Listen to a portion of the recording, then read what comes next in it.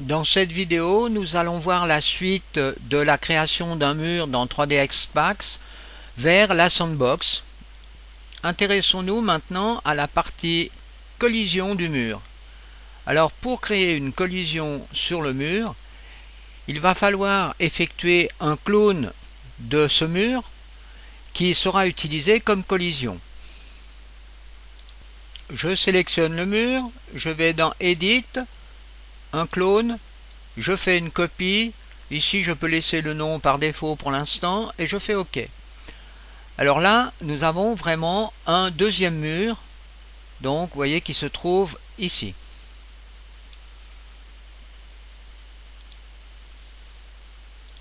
Je sélectionne bien le deuxième mur. Ensuite, je vais ici dans la partie modificateur, éditable poly. Je sélectionne polygone et je sélectionne tous les polygones du mur et je leur attribue un numéro d'identification 3. Si je vais ici en mode wireframe, eh bien on voit que c'est cette partie-là qui va être utilisée pour la collision sur le mur. Alors ici, c'est une collision extrêmement simple. Alors faites attention, le choix du modèle de collision doit être assez simple par rapport au modèle du mur. Si j'avais utilisé par exemple un simple box de collision, eh bien je n'aurais pas pu franchir la porte. Alors attention, ici nous avons toujours deux objets.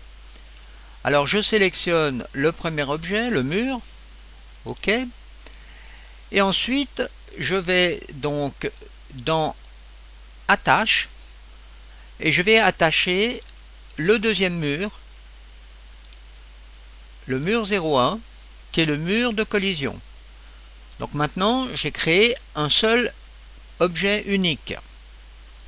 Je retourne dans l'éditeur de matière et sur la matière que j'avais donc créée dans la première partie de ce cours, je vais créer un numéro d'identification supplémentaire pour la collision.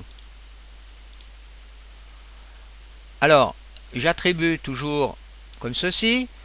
Maintenant, dans la partie d'identification 3 qui correspond donc à la collision, je vais ici dans la partie basique, je choisis toujours un Crytek Shader et cette fois-ci, je dis que c'est un Physical Proxit qui ne sera pas visible dans la scène.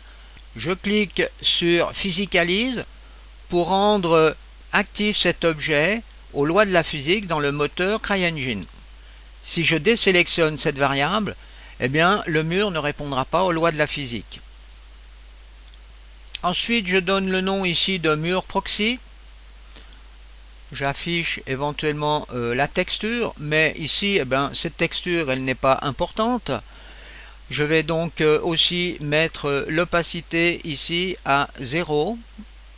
Voilà.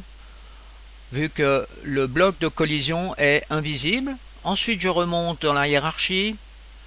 Alors, je peux réafficher voilà, sur le mur pour être sûr que c'est bien correct. Et maintenant, je vais devoir de nouveau réexporter le mur et recréer une matière. Alors, faites bien attention à une chose. Avant de réexporter les matières, vous allez donc dans votre map, vous appuyez par exemple sur la touche M du clavier pour ouvrir l'éditeur de matériaux et vous allez devoir effacer l'ancienne texture, donc delete, oui, vous pouvez fermer. Maintenant si vous rouvrez, vous allez voir que ça a été supprimé de la liste.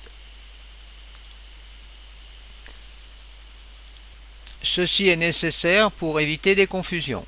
Alors je retourne dans 3ds Max, je vais dans l'outil CryEngine 3 Exporter et maintenant je peux donc créer le matériel en cliquant sur ce bouton.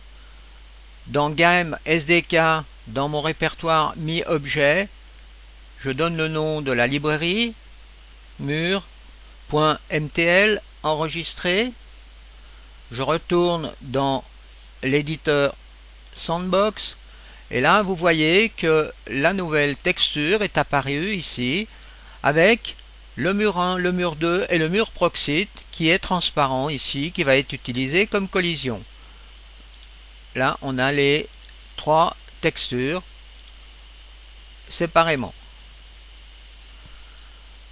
Maintenant, il va falloir encore exporter la géométrie. Je retourne dans 3ds Max.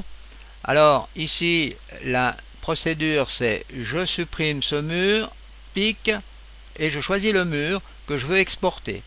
Alors maintenant, ce mur a la collision avec. Ensuite, je fais Export Node. Donc là, bien sûr, j'ai déjà un fichier qui existe, donc je vais passer par-dessus. Ensuite, je peux vérifier donc dans les répertoires que tout a été bien créé. Donc là, on a le nouveau mur CGF et puis on a la nouvelle librairie MTL, mur MTL, et puis eh bien, il vous faut sauver votre fichier 3ds Max. Ça peut être utile pour la suite. Maintenant, je peux vérifier donc la géométrie du mur avec la collision. Alors, je vais dans Géométrie Entity, Mi-objet, mur, drag and drop, une petite rotation du mur et un CTRL-G pour se mettre en mode game et vérifier la collision contre le mur. Voilà, ça fonctionne correctement.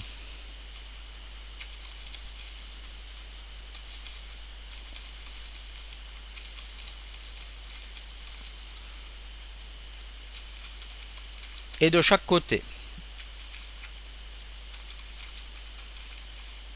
Alors attention, vous avez peut-être constaté que lorsque je passais à travers la porte, eh bien c'était vraiment limite. Il faudra donc faire attention à la hauteur de la porte et à la largeur de la porte pour que votre personnage passe à travers donc le mur, à travers la porte.